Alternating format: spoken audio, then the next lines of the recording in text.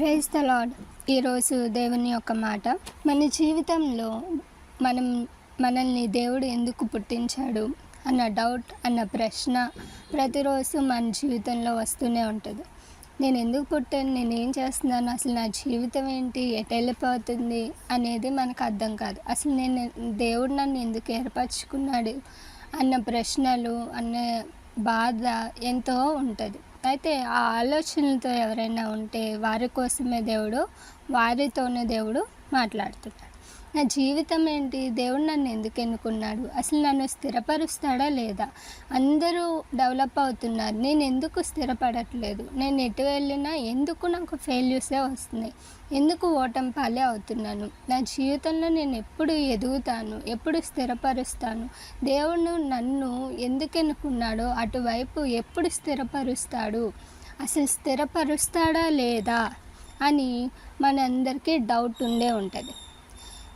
నాకు కూడా అసలు దేవుడు నన్ను ఎందుకు ఎన్నుకున్నాడు, నా జీవితం అంతా చీకటిగా ఉంది, అసలు ఏ దారి కనిపించట్లేదు, అన్నీ మోసుకుపోయి ఉన్నాయి, అసలు నేను ఏం చేస్తున్నానో కూడా నాకు తెలియదు, అసలు దేవుడు నన్ను ఎన్నుకున్న పని ఏంటి, నేను అసలు చేస్తున్నది ఏంటి, నేను దేవుని పని చేయగలుగుతున్నానా, చేస్తున్నానా లేదా, అసలు ఏంటి అనేది ఆ ప్రశ్న నాకు ప్రతిరోజు ఉండేది. ప్రతిరోజు కన్నీళ్ళు విడిచేది. కానీ ఒక్కటి, ఎప్పుడైతే మనం దేవుని కోసం నిలబడి దేవుడు మనతో మాట్లాడిన మాట, దేవుడే నాతో మాట్లాడాడు, దేవుడు నన్ను ఈ పని కోసమే ఎన్నుకున్నాడని తెలుసుకొని దాని మీద స్టిక్ ఆన్ అయ్యి గట్టిగా నిలబడితే ఖచ్చితంగా దేవుడు మనకి సహాయం చేస్తాడు. ఏ విధంగా సహాయం చేస్తాడో తెలుసా? 2 సమూయేలు గ్రంథము 7వ అధ్యాయము 16వ వచనము. ఇది దేవుడు దావీదుకి చేసిన వాగ్దానము. సరిగ్గా విన్నాము. నీ మట్టుకు నీ సంతానమును నీ రాజ్యమును నిత్యము స్థిరమగును, నీ సింహాసనము నిత్యము స్థిరపరచబడును అనెను. అయితే ఇక్కడ దావీదుకి దేవుడు ఏమని వాగ్దానం చేశాడు? నిత్యము రాజ్యము నీ సింహాసనము స్థిరపరుస్తాను అని. వెంటనే జరిగిందా? లేదు. చాలా గ్యాప్ తర్వాత క్రీస్తు ద్వారా దావీదు యొక్క సింహాసనము స్థిరపరచబడింది. దావీదు వంశంలోనే క్రీస్తు యొక్క జన్మ అనేది నిర్ణయించాడు దేవుడు. దేన్ని బట్టి దేవుడు దావీదుకు అవకాశం ఇచ్చాడు అని అంటే, దావీదు దేవుని హృదయానుసారుడు. దావీదు జీవితంలో ఎన్ని తప్పులు చేసినా దేవుని మాత్రం విడిచిపెట్టలేదు. దేవుని కోసం తను చేసిన పాపాలను విడిచిపెట్టాడు, కానీ దేవుణ్ణి మాత్రం విడిచిపెట్టలేదు. దేవుని కోసం బ్రతికాడు, దేవుని వైపే చూశాడు. ఎంత రాజైనా సరే దేవుని కోసం తగ్గింపు కలిగి జీవించాడు. ఆ హృదయం దేవుడు చూశాడు కాబట్టి ఈ అవకాశాన్ని దేవుడు దావీదుకి అనుగ్రహించాడు. సో దావీదు యొక్క సింహాసనము స్థిరపరచబడింది. ఎలా స్థిరపరచబడింది అంటే, క్రీస్తు ద్వారా అతని సింహాసనము స్థిరపరచబడింది. అయితే నీ జీవితంలో కూడా దేవుడు నీతో కూడా ఒక వాగ్దానం చేసి ఉంటాడు. దేవుడు నిన్ను ఎందుకు ఎన్నుకున్నాడో, నీవు ఒంటరిగా ఉండి దేవుని కోసం కనిపెట్టుకొని ప్రార్థన చేసినప్పుడు, దేవునితో మాట్లాడినప్పుడు, సహవాసం చేసినప్పుడు నువ్వు ఎందుకు ఎన్నుకోబడ్డావో దేవుడు ఖచ్చితంగా నీతో మాట్లాడే ఉంటాడు. నాతో నా దేవుడు మాట్లాడాడు. దేవుడు నన్ను ఎన్నుకున్నది ఎందుకు అని అంటే, ఆయన సువార్తని ప్రకటించడానికి, ఆయన పని చేయడానికి. నాది ఇప్పటి కాదండి, నేను చిన్నప్పటి నుండి నాకు ఒక ఆశ, దేవునిలో ఉండాలి, దేవుని కోసం బ్రతకాలి, దేవుని వైపు చూడాలి, నాకు ఈ లోకంలో ఇంకేమొద్దు, దేవుడు దేవుడు దేవుడు, ఈ ఆశ తప్ప వేరేది ఏదీ లేదు, వేరే ఏమీ తెలీదు, అన్నిటిలో ఫెయిల్యూర్సే, ఏది తెలీదు, ఈ లోకం అంటే ఏంటో తెలీదు, ఏమీ తెలీదు. బట్ ఒకటే తెలుసు, దేవుని మీద ఆనుకొని ఉంటే ఏదైనా చేయగలం, దేవునిలోనే ఉండాలి, దేవుని కోసమే బ్రతకాలి, దేవుని మీదే ఆధారపడాలి, ఇది తప్ప వేరే ఆలోచనే ఉండేది కాదు. అయితే దేవుడు నన్ను ఎంతగా పరీక్షించాడు అని అంటే, నేను ఆయన కోసం బ్రతకాలి. దేవుడు నన్ను ఎన్నుకున్నాడని నాకు ఎప్పుడో అర్థమైంది. ఇప్పుడు అంటే ఆల్రెడీ నేను రక్షణ పొందక ముందే నాకు తెలుసు. తర్వాత రక్షణ పొందాక అప్పుడు దేవుడు నన్ను ఎలా మార్చుకున్నాడంటే, ముందు నాలో ఉన్న లోపాలన్నీ సరిచేస్తూ నన్ను ఫస్ట్ దావీదుకి దేవుడు సింహాసనం ఇచ్చాడు. ఊరికే ఇచ్చేసాడా? దానికన్నా ముందు దావీదు ఎన్నో కష్టాలను ఎదుర్కొన్నాడు కదా. అదేవిధంగా నన్ను దేవుడు తన పని కొరకు ఎన్నుకున్నాడు. తన పనిని నేను చేయాలి అని అంటే నాలో ఏ లోపము అడ్డు రాకూడదు. అందుకని నాలో ఉన్న లోపాలన్నీ నాకు చూపిస్తూ నన్ను సరిచేసి సరైన నన్ను ఇప్పుడు ఆయన పనిలో ఈ ఛానల్ ద్వారా జీసస్ మై సేవియర్ ద్వారా దేవుడు ఘనంగా వాడుకుంటున్నాడు. ఈ ఛానల్ స్టార్ట్ చేసినప్పుడు నాకేమీ తెలియదు. అసలు ఛానల్ స్టార్ట్ చేసినప్పుడు ఒక 10 మంది పెరుగుతారో సబ్స్క్రైబర్స్ తెలియదు. బట్ ఇప్పుడు 36 సబ్స్క్రైబర్స్ అంటే 36 ఆత్మల్ని దేవుడు నాకు ఇచ్చాడు. అంటే దేవుడు నన్ను ఎంతగా నెమ్మదిగా ఒక్కొక్క స్టెప్ ఎక్కిస్తున్నాడు. అదేవిధంగా నాకు యూట్యూబ్లో ఎలా చేయాలి, ఏం చేయాలి ఏమీ తెలియదు. బట్ నేను దేవుణ్ణి నమ్మాను, స్టార్ట్ చేశాను. ఇప్పుడు దేవుడు ఒక పర్సన్ నా లైఫ్లోకి పంపించి ఇప్పుడు దాని ద్వారా ఇంకా ఎక్కువగా ఈ ఛానల్ని అభివృద్ధి చేయబోతున్నాడు. సో ఇందులోనే నన్ను దేవుడు స్థిరపరచబోతున్నాడు. ఇది నేను గట్టిగా నమ్ముతున్నాను. ఎవరు ఎన్ని మాటలు చెప్పినా నేను దేవుడిని విడిచిపెట్టలేదు. దేవుని వాక్యాన్ని నేను నమ్మి ఉన్నాను. దేవుడు మాటని నేను నమ్మి ఉన్నాను. దేవుడు నన్ను ఎన్నుకున్నాడని నాతో ఎప్పుడో మాట్లాడాడు. నేను దాని మీదే స్టిక్ ఆన్ అయి ఉన్నాను. దేవుడు ఎన్నుకున్నాడు, ఆయన పని కోసం ఎన్నుకున్నాడు. ఎన్ని ఇబ్బందులు ఏమొచ్చినా సరే నా జీవితంలోకి అవి స్థిరపడవు. నా జీవితంలో కేవలం దేవుని కోసం, దేనికోసం దేవుడు నన్ను ఎన్నుకున్నాడు, ఆయన పని కోసం ఎన్నుకున్నాడు. కాబట్టి ఆయన పనిని జరిగిస్తే మాత్రమే, అందులో మాత్రమే నన్ను దేవుడు స్థిరపరుస్తాడు. కానీ ఇంకా దేనిలో నేను స్థిరపరచబడిన అనేది నాకు క్లారిటీ ఉంది. ఎందుకంటే నేను దేవుణ్ణి నమ్మాను, దేవుని యందు విశ్వాసం ఉంచాను, దేవుని మాట యందు విశ్వాసం ఉంచాను, ఆయన మీదే నమ్మకం ఉంచి ఆధారపడ్డాను.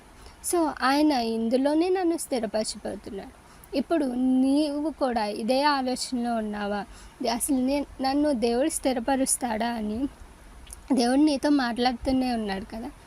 దేవుడు నిన్ను నా పని కోసమే ఎన్నుకున్నాను అని మాట్లాడుంటే ఖచ్చితంగా దేవుని నమ్మి దేవుని కోసం ఏం చేయాలో నువ్వు చెయ్యి.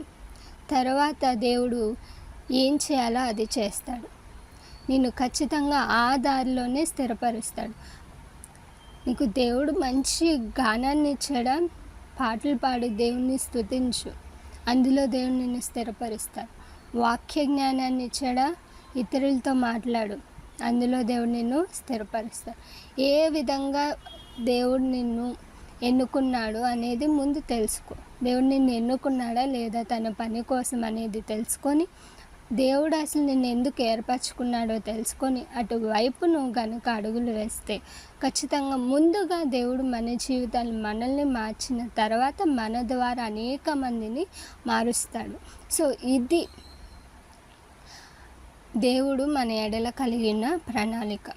మన కోసము దేవుడు మనల్ని ఎందుకు ఎన్నుకున్నాడు అని అంటే, మనకి ఆయన యొక్క రాజ్యాన్ని ఇవ్వడానికి, నిత్య జీవాన్ని ఆల్రెడీ క్రీస్తు ద్వారా మనకి ఆయన ఇచ్చేశాడు. ఇంకా ఇవ్వాల్సింది ఏమీ లేదు. కేవలం మనం చేయాల్సింది ఏంటి?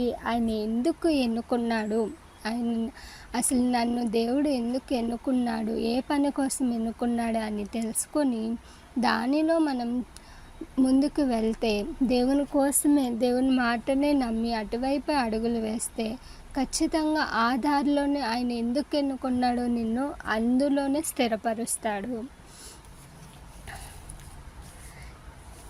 ఇక్కడ దేవుడు నాకు చేసిన వాగ్దానం ఏంటో తెలుసు. నన్ను మార్చుకున్నాక నా లైఫ్‌లో అన్నిటిని కూడా నేను చేసే తప్పుల్ని క్షమిస్తూ వాటిలన్నిటిని కూడా నేను తెలుసుకొని రెక్టిఫై చేసుకున్న తర్వాత దేవుడు నాకు చేసిన వాగ్దానం అపోస్తుల కార్యములు 18వ అధ్యాయం 10వ వచనం. నేను నీకు తోడై ఉన్నాను, నీకు హాని చేయుటకు నీ మీదకి ఎవడునూ రాడు, ఈ పట్టణంలో నాకు బహుజనమున్నదని పౌలుతో చెప్పగా, ఇక్కడ దేవుడు నాకు తోడై ఉన్నాడు, నాకు ఏ హాని అంటే సువార్తను ప్రకటించమని దేవుడు నాతో మాట్లాడుతున్నాడు. దేవుడు నన్ను ఎందుకు ఎన్నుకున్నాడో ఆ విషయంలో దేవుడు నాకు తోడై ఉన్నాడు. సో నాకు ఏ హాని జరగదు. సో ఈ పని చేయడం వల్ల నాకు ఏ హాని జరగదు. బికాస్ దేవుడు నాకు తోడై ఉన్నాడు. దేవుడు నాతో మాట్లాడిన మాట ఇదే, ఆయన పని చేయాలి. ఎందుకంటే నాలో చాలా భయం ఉండేది. దేవుని గురించి మాట్లాడితే ఎవరేమంటారు, క్రీస్తు గురించి దేవుడు నన్ను ఎన్నుకున్నాడంటే ఎవరు నమ్మరు. దేవుడు నన్ను స్థిరపరుస్తాడు, ఇందులోనే నడిపిస్తాడంటే ఎవరు నమ్మరు. అయితే నన్ను ఎవరు నమ్మరు. నేను దేవుని నన్ను ఎన్నుకున్నాడు, దేవుడు వైపు నన్ను ఆయన నడిపిస్తాడు, అందులోనే స్థిరపరుస్తాడు అంటే ఎవరు నమ్మరు. కానీ నేను గట్టిగా ఒకదాని మీదే నిలబడ్డా. దేవుడు నన్ను ఎన్నుకున్నాడు, అటువైపు నా అడుగులు వెళ్తున్నాయి. సో అటువైపు నేను నడుస్తున్నాను, అందులో దేవుడు నన్ను హెచ్చిస్తాడు. ఇది మాత్రం తెలుసు నాకు. సో ఆయన మాట నాలో ఉన్న భయాలు అన్నిటిని విడిచిపెట్టి ఎప్పుడైతే స్ట్రాంగ్గా ఆయన కోసం నేను నిలబడ్డానో, దేవుని పనే చేయాలి, ఏమైనా పర్లేదు, ఎవరేమైనా పర్లేదు అని ఎప్పుడైతే స్ట్రాంగ్గా నిలబడ్డానో అప్పుడు నాతో దేవుడు మాట్లాడిన మాట అది, నేను నీకు తోడై ఉన్నాను అని. సో ఈ పనిలో దేవుడు నాకు తోడై ఉన్నాడు. దీనికోసమే నన్ను ఎన్నుకున్నాడు. ఇందులోనే ఆయన నన్ను స్థిరపరచిపోతున్నాడు.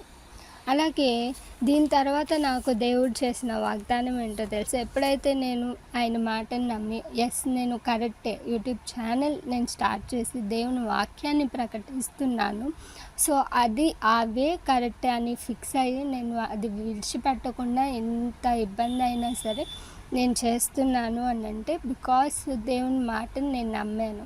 సో అందులో నేను నమ్మాను కాబట్టి, సో నేను విశ్వాసం ఉంచాను కాబట్టి ఇంకా నేను దానిలో ముందుకు వెళ్ళగలుగుతున్నాను.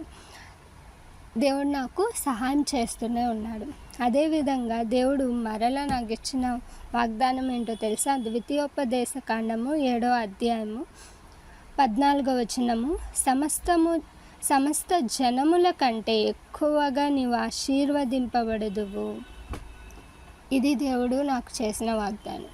సో ఇందులోనే నన్ను నా దేవుడు ఆశీర్వదించబోతున్నాడు. సో అలాగే దేవుడు నీ ఎడల కూడా ఒక ప్రణాళిక కలిగి ఉన్నాడు. నిన్ను కూడా ఒక పర్పస్ కోసం ఎన్నుకొని ఉన్నాడు. నా పర్పస్ ఏంటి అంటే, నన్ను ఎందుకు ఎన్నుకున్నాడంటే ఆయన పని జరిగించడం కోసం, ఆయన రాజ్య సువార్తని ప్రకటించడం కోసం నన్ను ఆయన ఎన్నుకున్నాడు. సో అందులోనే ఆయన నన్ను స్థిరపరచబోతున్నాడు, ఆశీర్వదించబోతున్నాడు. ఇది నేను తెలుసుకున్న సత్యము, ఇది నేను నమ్ముతున్న సత్యము, ఇది నిజము, అది జరగబోతుంది. అలాగే నీ జీవితంలో దేవుడు నిన్ను ఎందుకు ఎన్నుకున్నాడో తెలుసుకొని అందులో దేవుడు నిన్ను స్థిరపరచబోతున్నాడు అనేది నమ్మి అందులోనే నీకు ఆశీర్వాదం ఉన్నదని నీవు విశ్వాసం ఉంచి ఎప్పుడైతే ఆయన వైపు అడుగులు వేస్తావో, ఎంతమంది ఎన్నన్నా సరే ఆయన విడిచిపెట్టకుండా ఖచ్చితంగా దేవుని యొక్క ఆశీర్వాదం కార్యము నువ్వు చూడగలుగుతావు. దేవుడు ఖచ్చితంగా నిన్ను ఆ మార్గంలోనే స్థిరపరచబోతున్నాడు. నన్ను ఈ వేలోనే స్థిరపరచబోతున్నాడు, నన్ను ఇందులోనే స్థిరపరచబోతున్నాడు, ఆశీర్వదించబోతున్నాడు. అలాగే నేను తెలుసుకున్న సత్యం ఇది.